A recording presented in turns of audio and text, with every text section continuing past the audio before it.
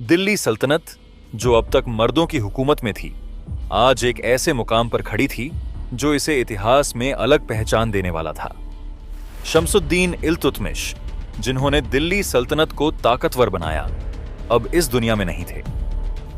लेकिन उनकी विरासत ने एक ऐसी महिला को जन्म दिया जिसने उस दौर के हर नियम को चुनौती दी।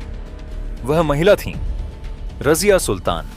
नमस्कार दोस्तों, मैं हूं आपका मेजबान और आज हम आपको सुनाएंगे दिल्ली सल्तनत की पहली और अकेली महिला शासक रजिया सुल्तान की कहानी। एक ऐसी कहानी जहां सत्ता, षड्यंत्र और साहस के बीच एक महिला ने अपने हौसले से इतिहास रच दिया।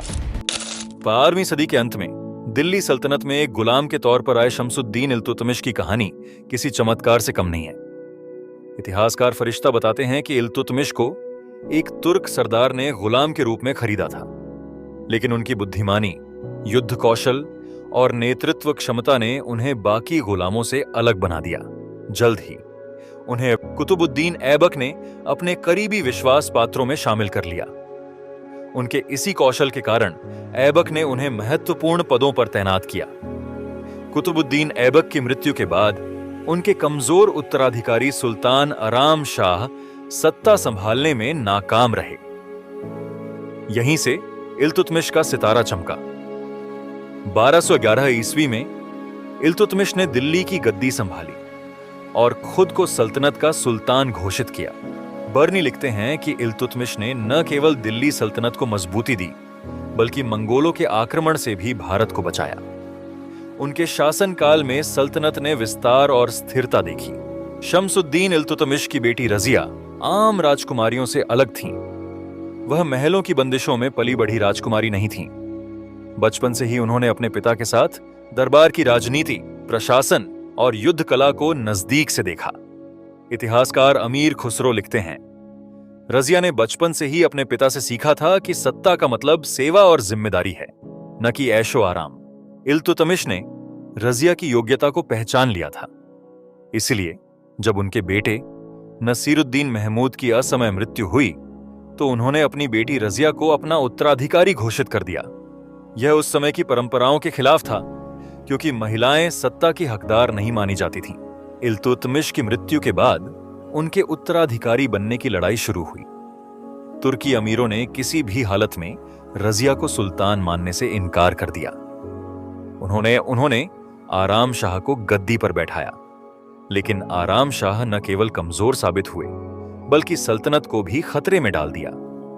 जनता और सेना का समर्थन मिलने पर रजिया ने आखिरकार दिल्ली की गद्दी संभाली। उन्होंने अपने शासनकाल की शुरुआत में कई साहसिक फैसले लिए। रजिया ने खुले दरबार में तलवार लेकर पेश होना शुरू किया और खुद को सुल्ताना नहीं, बल्कि सुल्तान कहलवाना पसंद किया।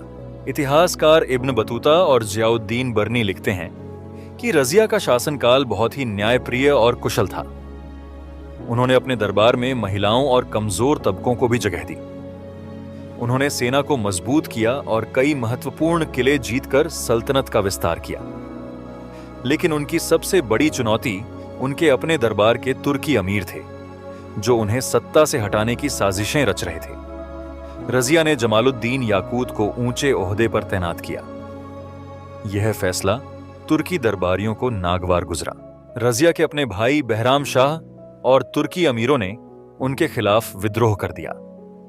रजिया ने अपनी सेना के साथ बहादुरी से लड़ाई लड़ी, लेकिन उन्हें हार का सामना करना पड़ा।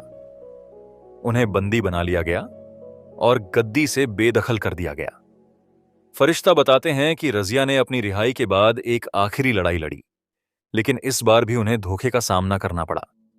उनकी हत्या कर दी गई और उनकी कहानी यहीं खत्म हो गई। इतिहासकार सर जदुनाथ सरकार लिखते हैं कि रजिया सुल्तान ने भले ही एक छोटे समय के लिए शासन किया, लेकिन उन्होंने एक ऐसी मिसाल कायम की जिसने आने वाली पीढ़ियों को प्रेरणा दी। दोस्तों, यह थी रजिया सुल्तान की कहानी।